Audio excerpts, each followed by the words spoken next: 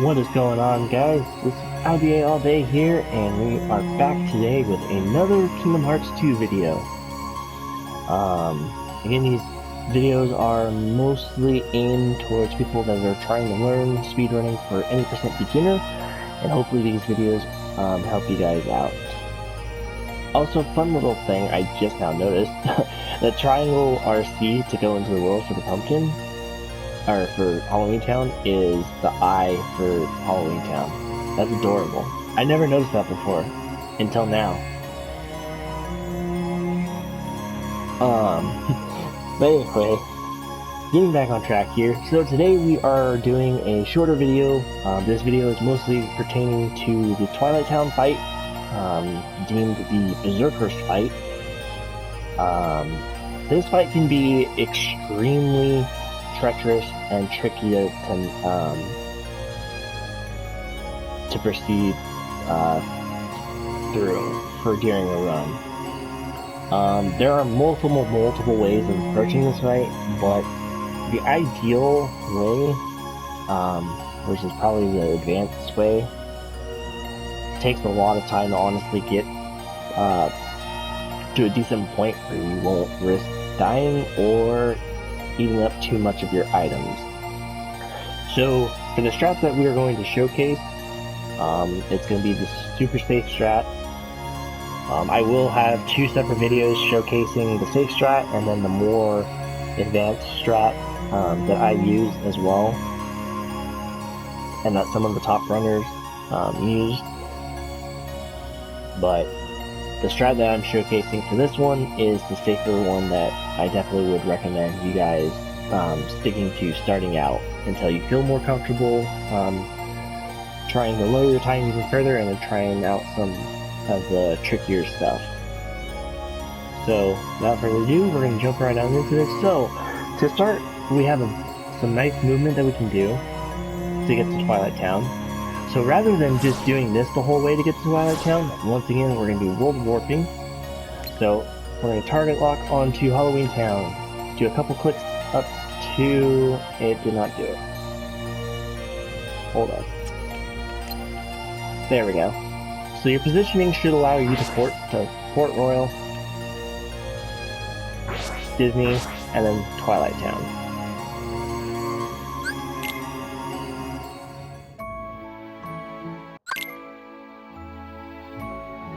So, first things first, you can start quick running your way on over. Make sure your command menu is on Summit with Limit.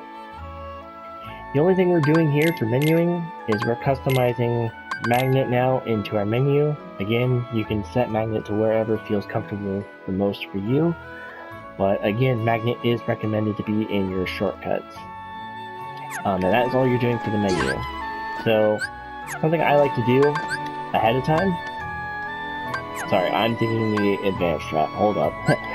So, ignore that. So we're gonna have Chicken Little out on the field, and we're gonna proceed forward.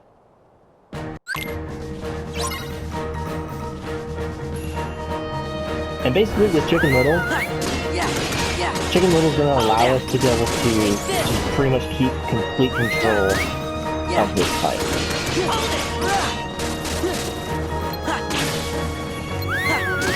It's over. Hold it. Gather.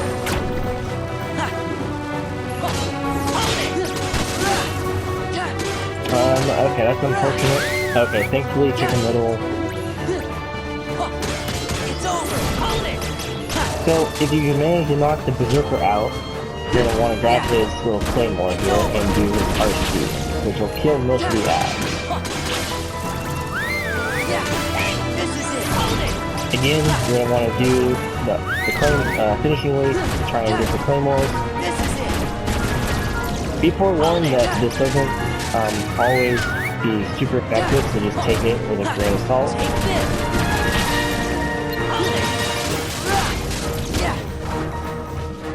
However, you still can keep complete and under control of this fight with Chicken Little.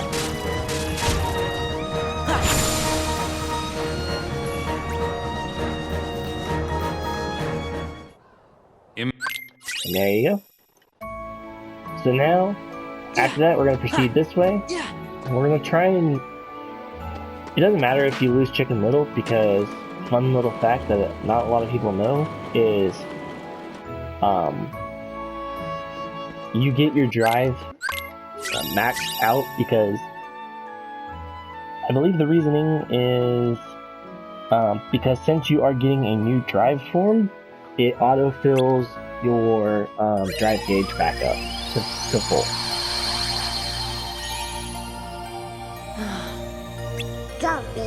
Donald's right, you know. So it's all... Gorge, So we got a bunch of text we're gonna mash through.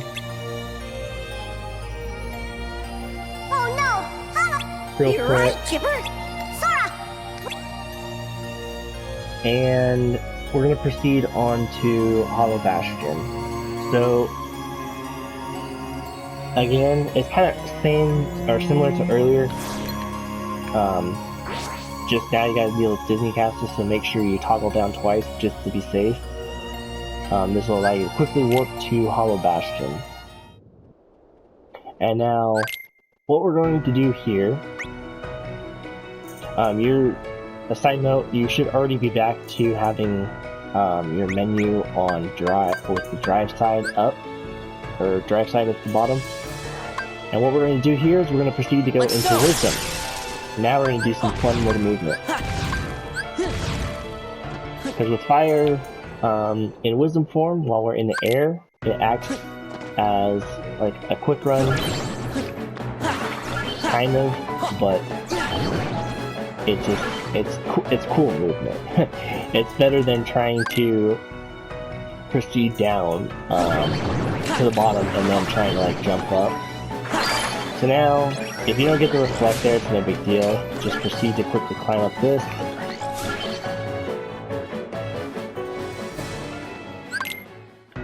Do one. It'll take 3 quick runs at the minimum to get down to there. Most people take the skateboard. I've never taken a skateboard. I don't know why, but I just quick run all the way here. I find it to be easier on myself. So now after we get into there, we're going to quick run back.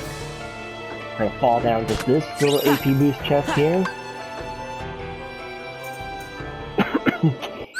We're going to have another sequence of movement here that is pretty handy. So a lot of your quick runs should be timed like properly.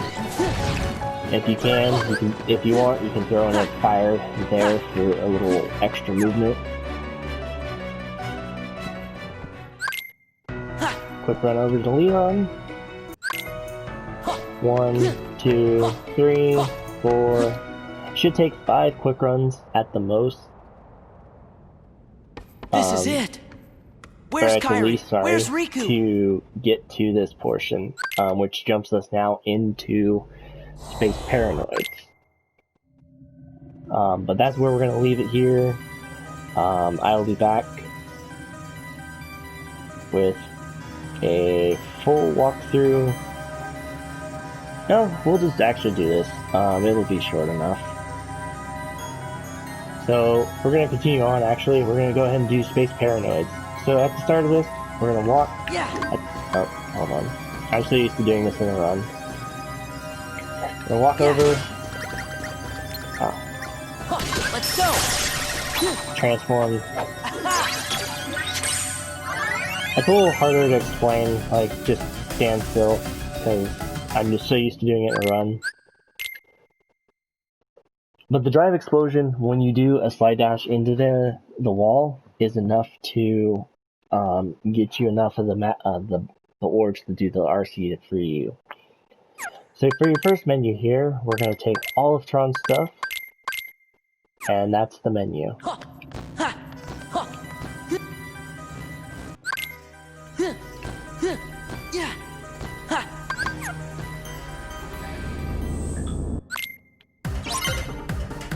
So we have another little mini game here.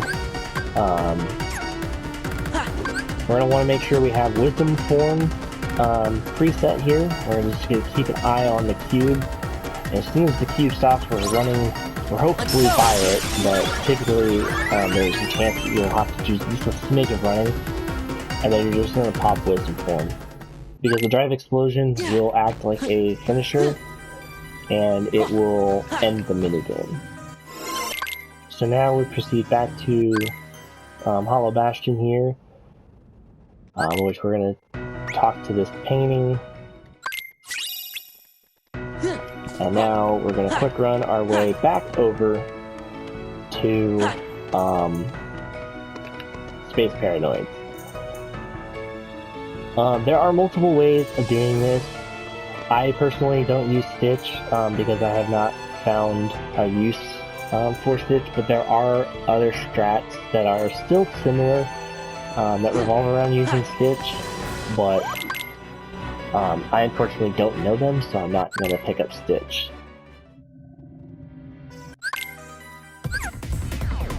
So now we have the fun little light cycle minigame here. This is completely RNG for this first little tutorial.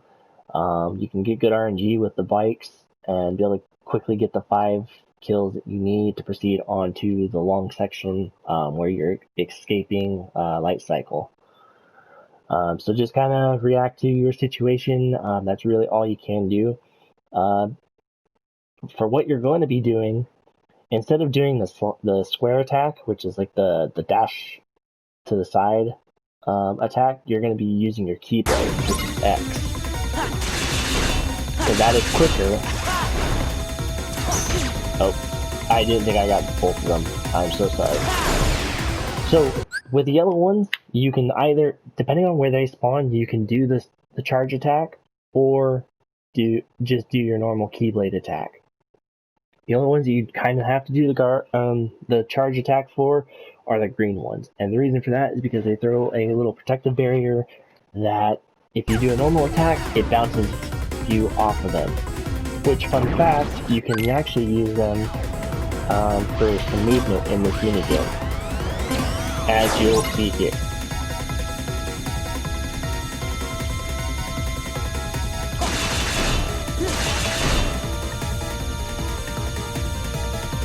So most of the yellow and blue you're just going to kill, you're not going to really worry about them too much. You want to keep these two alive if you can, because you want to use them for movement. Oh, I did too soon. It's kind of out of place there. So we'll use this one for a good example. So if you time it to where you're about to move to the left or right, you can get decent movement in that direction. The only thing you cannot do is you cannot hit them on the opposite side. So say you're going to the right and you're on this side. So say you're on the left side and you need to go to the right. So if you do the movement to try and go to the right, you will in fact kind of push yourself further away than what you needed. This is going terribly, because the RNG, my thing is all jacked up. So I apologize.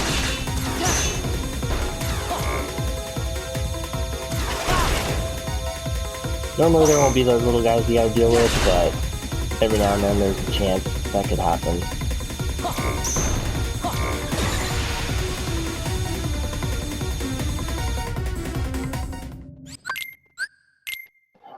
So now we're gonna make our way to an XP grind. It's gonna be a quick XP grind because the goal is to do this next portion as quickly and efficiently as possible while managing our time. So for here, I like to, coming over the ridge, I like to menu in Follow the Wind, and that's all you gotta do for the menu. And then we're gonna summon. Let's go! We're going to summon Genie, and hopefully he shows up in uniform, which he did. So, with this is a really easy strat to learn. It's just gonna take a little time knowing for sure when to do Genie's attacks and also when to do like your magic and everything else. So The goal here is to get to around 21 to 2200 XP away from level 23. And the reason you want to shoot for that mark is because that puts you in roughly a good range of XP. Sometimes if you don't feel fully comfortable, you can go a little bit further. Then the 2100 mark, you can push it down, to where you're like 1800, but I wouldn't go any further than that. And the reason I say you sometimes want to go a little bit further just to be safe if you want is because with 1K is not a set value for XP. Since it's completely RNG based as to how many of the assault knights that you get, and also surveillance bots, it can fluctuate your XP heavily. But we will touch on that in a future video. So, excuse me. So with this strat,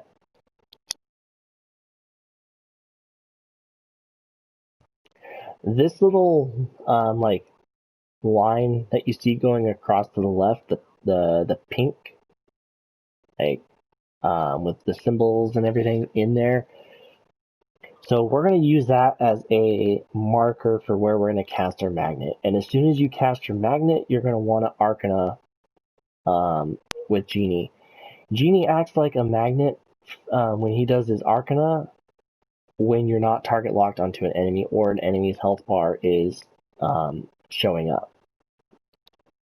And what that'll do is it'll pull all the enemies into the magnet and replenish your summon gauge.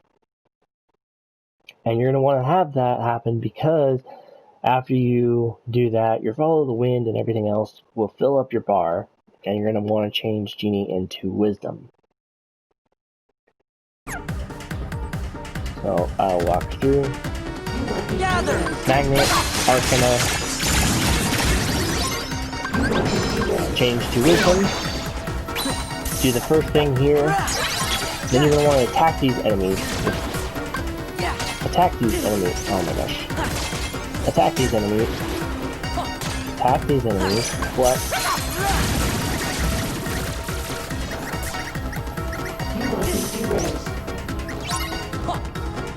I'll have a better video for this because I'm trying to talk and do this at the same time. So attack, reflect, strike, reflect, strike, attack. Oh my gosh, I'm attacking the wrong enemies here. And you want to wait for the reflect to proc, because if you do it too soon, you're going to end up using more of Genie's summon gauge there.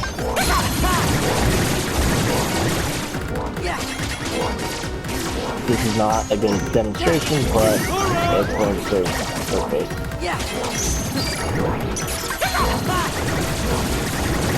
So now we're within that range, so now we can end the fight. I'm sorry if this is a terrible demonstration. There was a lot of things that went wrong during that. So again, I will have videos that showcase what I am talking about. And now we're going to equip Hero's Crest once more.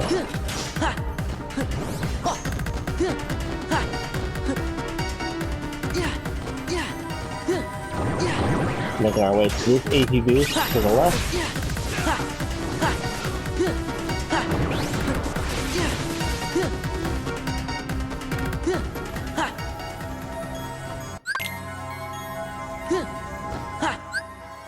I'm just double checking some things, so pay no attention to this menu. Yeah. These are my practice saves that I have going, and some of them I did not put item boost back on. So pay no attention to this menu. That's just me putting item boost back on for intensive purposes of this demonstration.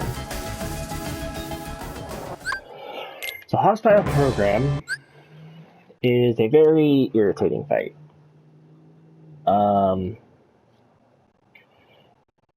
The way I do hostile program is different from how others do it, but it allows for you to do a strat a little bit here in a moment that I'm going to showcase.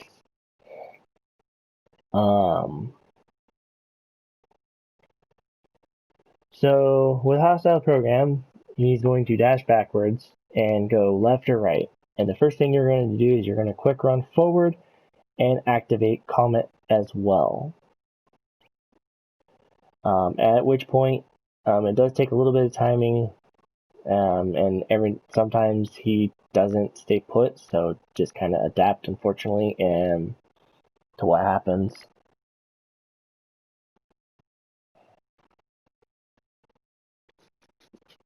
And when you do your first, you're collecting the little orbs along the ground as quickly as possible, so you can do your first freeze. The way I do it is before I do the freeze RC, I pop 2 ethers depending on how long it's taken, and that will allow me to have Comet at the ready for the first damage phase. And with that damage, we will be able to get enough. We'll be able to get enough damage on him to break him once again, which will have enough orbs on the ground to be able to go into master form at that point and quickly pick up all the orbs.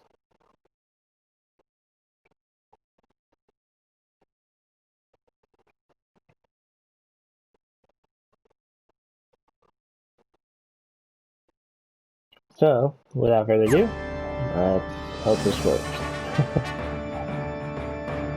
So quick run forward, Comet.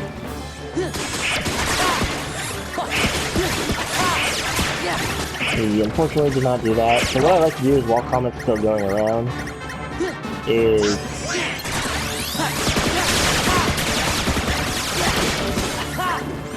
going and running and picking up a bunch of orbs, because at that point you can at least get enough orbs without having to worry about anything. And now we're going to freeze him, and the reason I popped those 2 ethers is because we're going to go into a second Comet.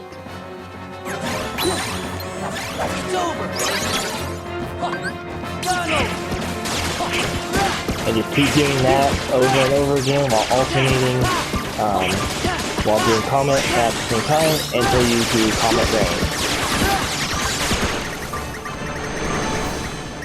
Give me strength.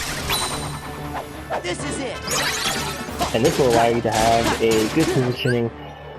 So as soon as you go into Master Form has like a small hidden draw effect, which will allow you to quickly rank in a bunch of orbs.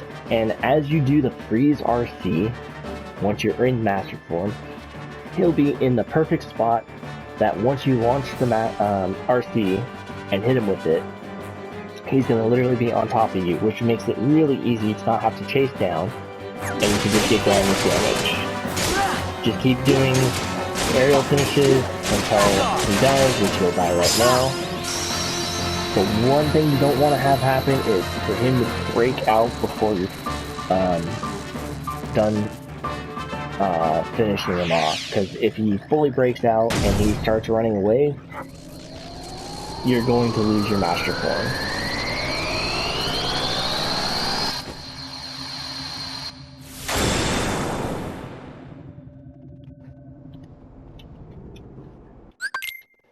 So with that, that is almost the end of this.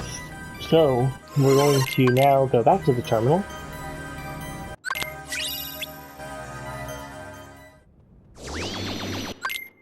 And something I like to do before I do this next portion is I toggle left to have summon out at the ready, and then access the computer.